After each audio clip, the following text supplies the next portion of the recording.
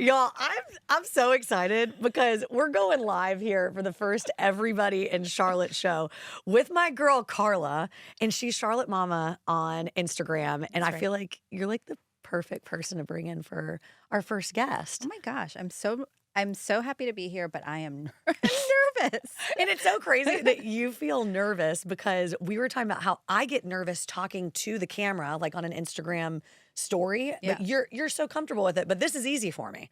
Going back to my normal journalism roots. I think it's because when I'm talking to my phone, I feel like I'm actually talking to that one person that's on the other side, and you can have dialogue with just one person. Yeah. Even though there's thousands. I guess I don't think about it. You're like there's thousands of people that follow you, but well, and not only that, I think when I'm doing a story versus a live, which I don't typically do, I can say, okay, that's the message I'm actually trying to convey versus, oh no, we need to delete that and do it over. Whereas a live, I'm having to just go with it. Yeah, exactly. And you do so great at it. You're one of my favorite content creators. I mean, honestly, and it's funny because I don't even have kids, but I love seeing everything that you're posting, and you're showing me all these parts of Charlotte that I didn't even know about before. And that makes me happy because I've been here, almost a decade, but you're showing me new parts of Charlotte, and you've been here how many years now? We moved in the summer of 2022. So about a year and a half. It'll be 2 years. Yeah, 2 years this summer. And think about what you've done in that short amount of time in Charlotte. It's been exciting to explore the city. So full disclosure, I was not happy to move to Charlotte. And people are shocked to hear that. And it was because where I lived before, I really did enjoy. I lived in Charlottesville, Virginia. And I just really loved the area. Our kids had it was an idyllic mountain town with like the Blue Ridge Mountain was outside my window, and we had trails and my kids could go outside. It was really a blessing during the pandemic.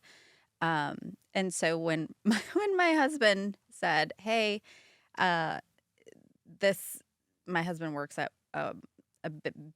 he works at Atrium. I can say that. He works at Atrium. And he said, I think that this is the job. I think this could be a really good opportunity for us. I said, I don't know. And we came, and it was part of the reason that I started blogging, was part of how I was coping and trying to assimilate and be here, trying to feel like Charlotte was home. I grew up, That's amazing. It's hard to say, but I did grow up in North Carolina. I just did not grow up in Charlotte. So right, and Charlotte was due. I love that you say it's almost like it's therapeutic for you to be able to post about all these different places, and you feel like you're part of that huge community. Mm-hmm. It's amazing. And everyone who's joining right now, too, appreciate y'all being here. I know I can't see necessarily all of the questions here. This is the first show, so we'll figure it out going forward. But glad you guys are here. And if you leave comments there, I'm sure we'll see them afterwards, too. But so tell me more, for me, I look at your content, I'm like, I know she puts so much effort into everything that you're doing every day. So tell me what that process looks like. And for people that maybe look at your stuff and they're like, oh, that's an easy job. It's not an easy job. Mm-mm. And I know that by looking at all the stuff you do. Tell me what your process is like. You don't have to give your secret sauce or anything, but letting people understand what it's like to have to put together one of these incredible reels that you do. So I didn't start out being a content creator by saying, I'm going to be a content creator. My content creation story started very organically. It started due to my husband's job. We kind of had to watch. So when COVID hit, my husband's in medicine. When COVID hit, my husband was still going to work every single day. When everybody was shut down, my husband was going into the hospital every night, every day. And we didn't know the long-term effects of COVID. And so my family was very careful because we didn't want to get something and then to give it to my husband and then give it to his patients who he's spending so much time and effort trying to keep them healthy. And so I kind of started in Charlottesville. I started going out and finding places where I could eat, play with my kids outdoors. Mm-hmm. And I started sharing it. So it started as let me just chronicle my outings with my children as a way to showcase like what we're doing. It's a personal diary. Yeah, as a diary. And my friends who at the time I only had like 900 people were like my followers or people I knew. Yeah. And they would say, "Where did you go? What did you do?" So I saw that there was a need for uh, showcasing that sort of, activities, that there were other moms who were also trying to kill a morning with their kids. Right. And I didn't realize how much I relied on structured activities until the pandemic happened. Ah, yeah. So I was taking the girls to music class or taking them to a gymnastics class, and that was killing my morning. And when COVID hit, all of that was gone. So true.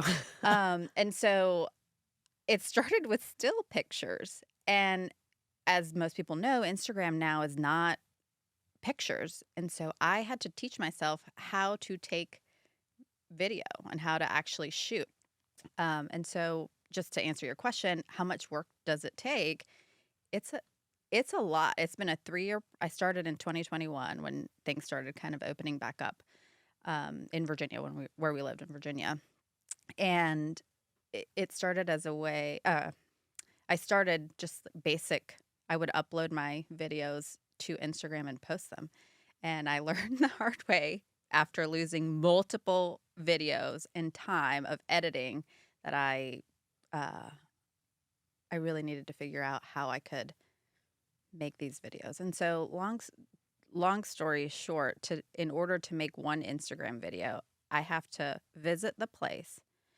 There's usually a lot of backlog or back end research that I'm doing to make sure I'm shooting the correct, So it's a whole production. I have to make sure that I'm highlighting the correct thing.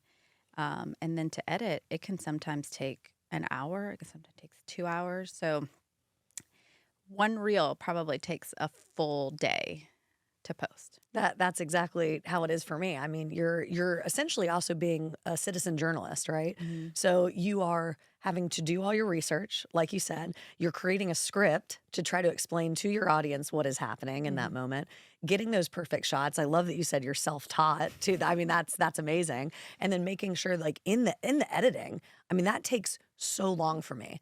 I'm with you. It takes an entire day or more to do a reel, and people just see it. They see the finished production. They go, that's great. That's It's cool. easy. I want to go there. Yeah, I want to go there. But there's so much work that goes into it, and so then also it's so important to be paid for the work that you do too. Oh, yes. And so that's something that we've worked on, together, is you being a client, and I feel like with rates, people go, oh my gosh, how are you charging that much? But it's the amount of time and energy that goes into it, because you are an editor, you're a reporter, you're a videographer, you're a photographer, you're a writer and a blogger. Yeah. And then also on top of that, you got to be an awesome person who's fun to talk to, right? So it's a lot that goes into it. And one thing that yes, I'm all of that, but I'm also a mom, and my kids are in the videos. And so I have to, that's something that I feel like it's not talked about a lot is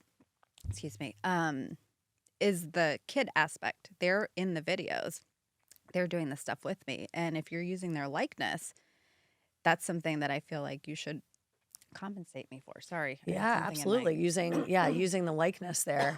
And that's another thing that I wanted to ask you is, for me, I don't have children that I'm putting on any of my reels. How do you feel about the way that the world is going with security? And I know that's probably just a complicated topic in itself. Do I show my kids? Do I not? What are you comfortable with? What are you not? So when I started my blog, I felt like I was a little bit more open with my family life and what we did.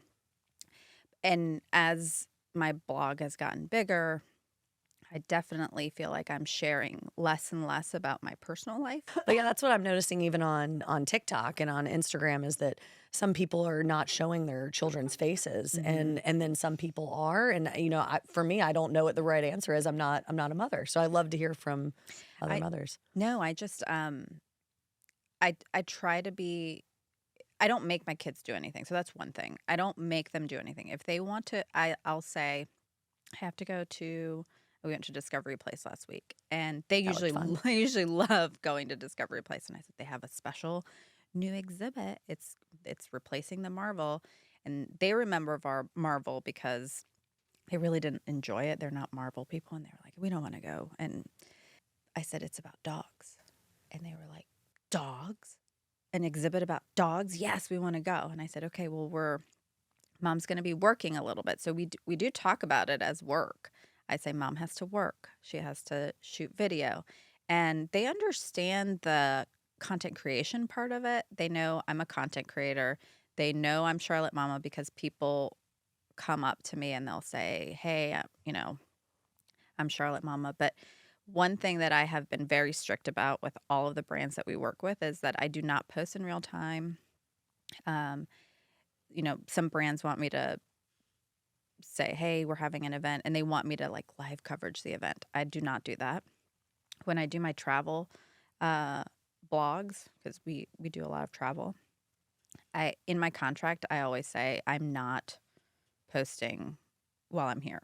It's just a safety for security, safety. People don't think about that, when you're indicating, hey, this is exactly where I am at this time. So I try to safeguard our location.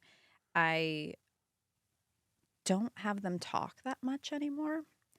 That's a shift in the last year. And I'm also not showing their face that much. Mm-hmm. So I'm trying to film from the back or not get them forward facing. Mm-hmm.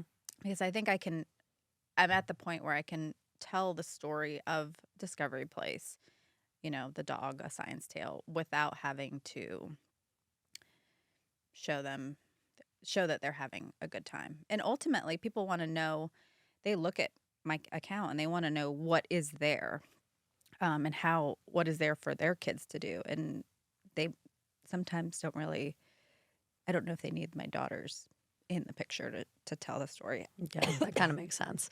And then probably the last thing that I would love to know from you is, number one, tell me all your favorite Charlotte places if you can choose. I know that's hard.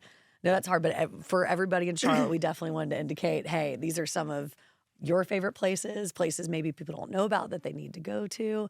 And then also I just wanted to hear about how you got started and kind of your journey to where you are now. So my favorite Charlotte places, they're different categories. For date night, I feel like I keep my date nights spot.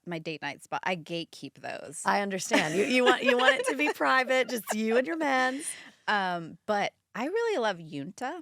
Oh yeah, I love Yunta. It's a great Peruvian restaurant in South End, and I was just talking recently about South End, and a lot of the moms that follow me are terrified of South End. They're like, I don't want to go to South End. It's they just see it as like, well, all of the young kids are there, the banker bros are there. We don't want that kind of vibe. And there are great restaurants in South End, and I encourage everybody to venture out and try. Yunta is one of our favorites. Coffee.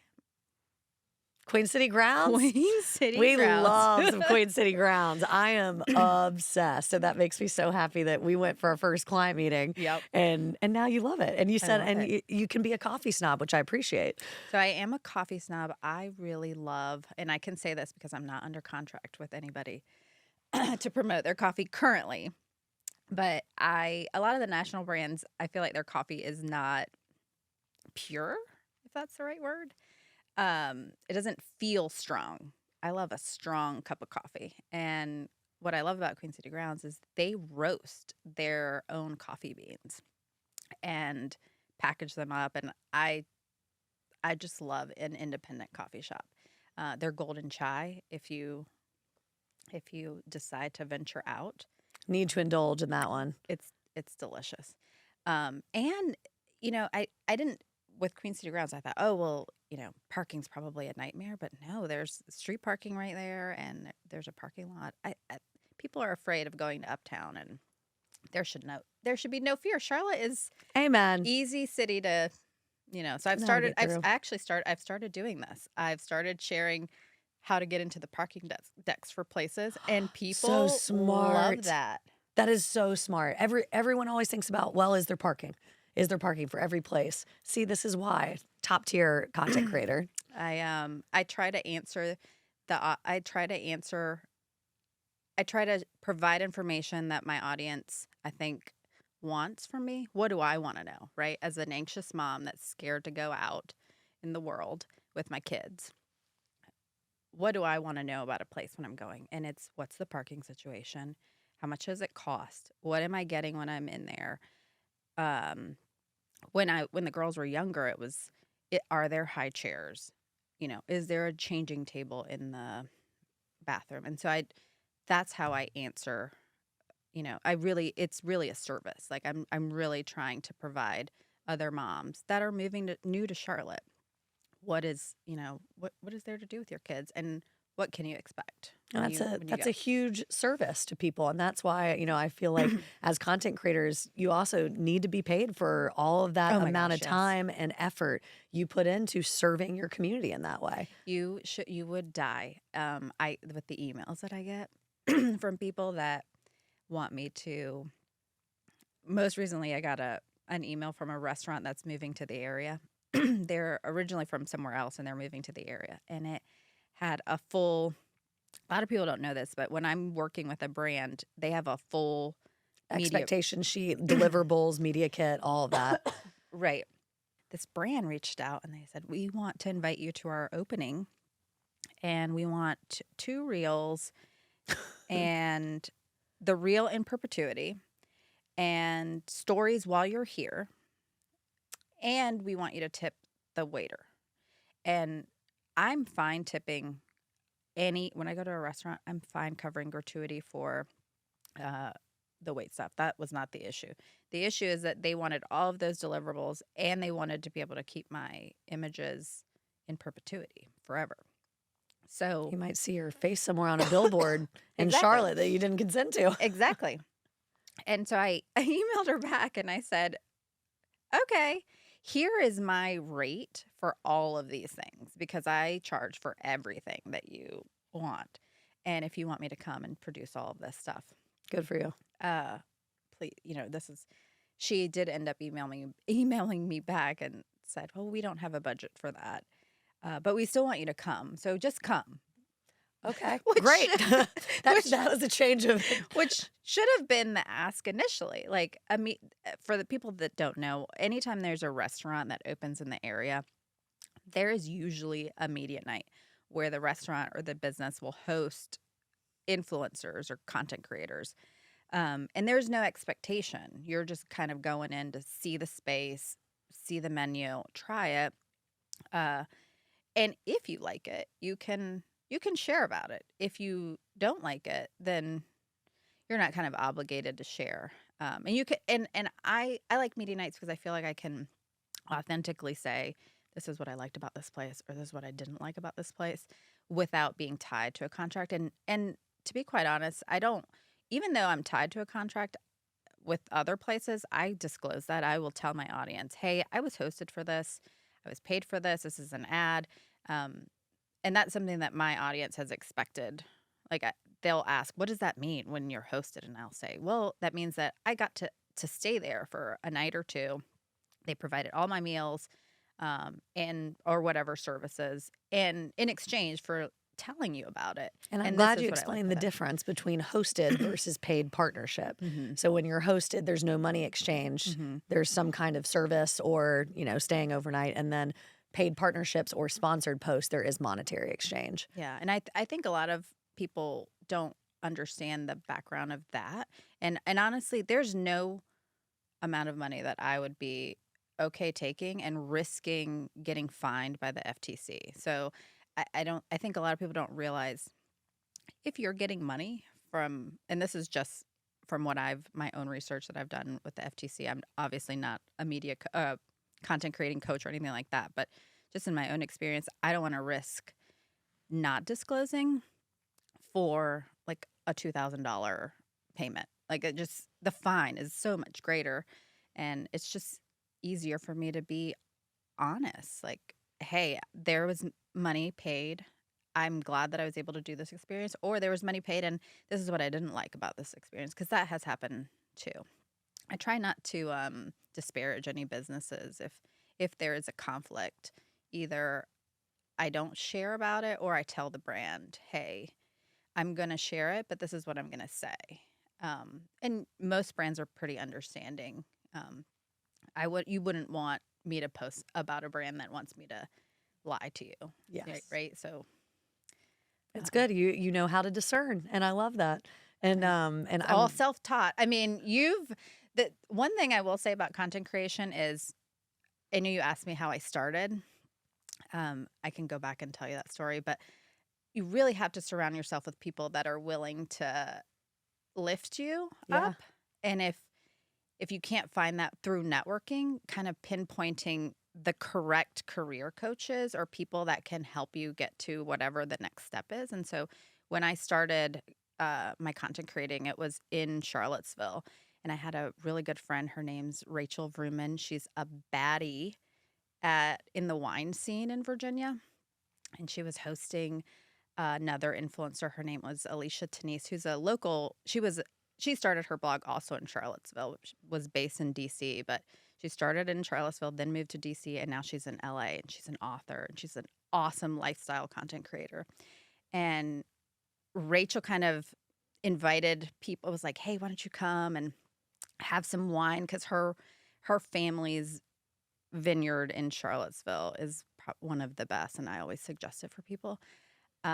People are always asking me for Charlottesville Recs, and I've been very sad. I have not gone back to Charlottesville since I left because I've been still processing that. But that's one place. If you're going to Charlottesville, you need to go to Stinson Vineyards. Anyway, so she was hosting like an oyster roast or something, and I loved her because she would host a local farmer that had an oyster farm in like the Chesapeake, and he would go back Monday through Wednesday, get his oysters, and then bring them to Charlottesville so we would have fresh oysters that you could buy. And they were from the Chesapeake. Anyway, so we're sitting there, and she tells me, oh, Alicia's here shooting for her book. She's a content creator. She's an author. She's shooting in the kitchen of the vineyard. Why don't you meet her? And I was like, I would love to meet her. And I kind of sat down and I said, hey, so I've kind of started this little weird thing. It's like a little blog. And she was like, it's not a little blog. I was like, I know, but I don't know what to do. And she was like, just start. And I was like, what do you mean just start? She's like, just start doing it. Keep doing what you're doing and stop being afraid of doing it. And Rachel was like, yeah, you should just do it. Why don't you do it? You're already doing it. Just see where it goes. And so it started with someone who had a huge following, did this for a business, saying like, hey, you need to just do this. You have good pictures. People want to know. Obviously, there's the void. People want to know what to do in Charlottesville with their kids. Just do it. And so that's how I started. I bounced off my other friend who's a blogger. Her name's Lauren Fox. She's a blogger, lawyer in Charleston. And she has like a kids boutique. And I said, hey, I think I want to do this. And she said, just start. Just do it. I'll support you. And all that to say is I had people in my corner that were willing to lift me up in a way that I needed at that time. And so I started, and my first major brand deal in Charlottesville was with Warby Parker.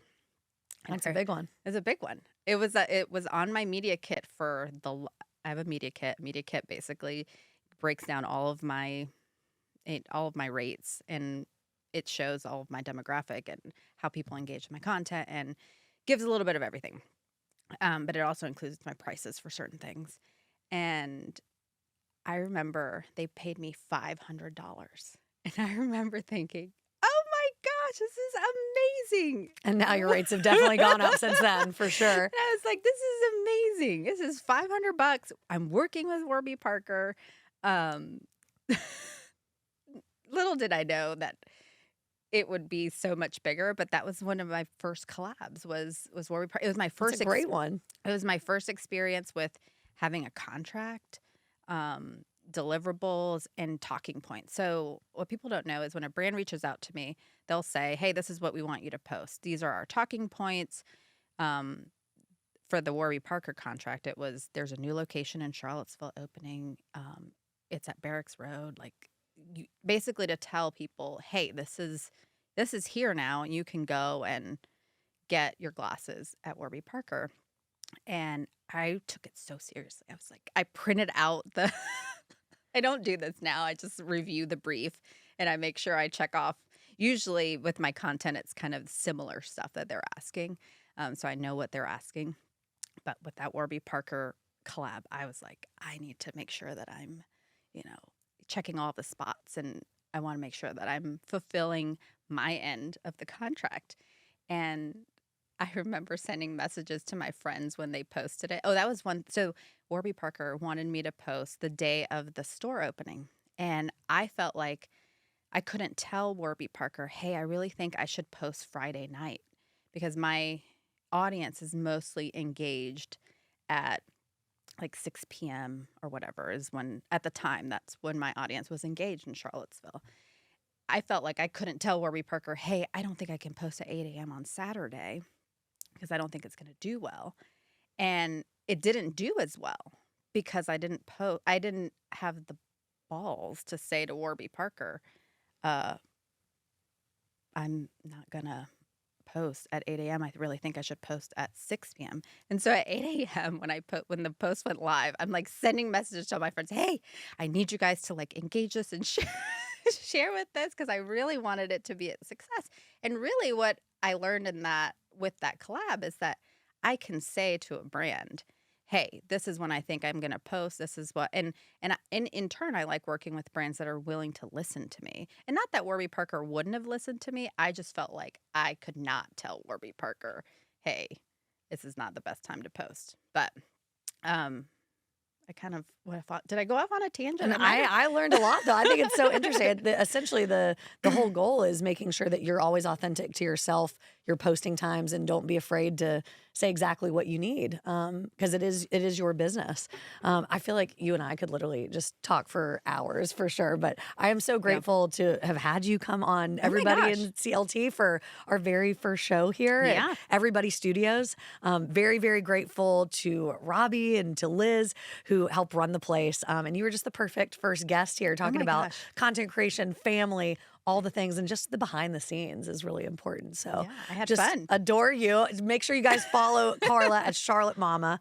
And I'm excited to, we'll do a little fun 90-second reel after this in case you guys didn't catch everything. So adore you. And we'll see you. You got to keep coming in. Oh, yes. I feel like I could keep talking. Seriously, literally forever, right? Both of us could.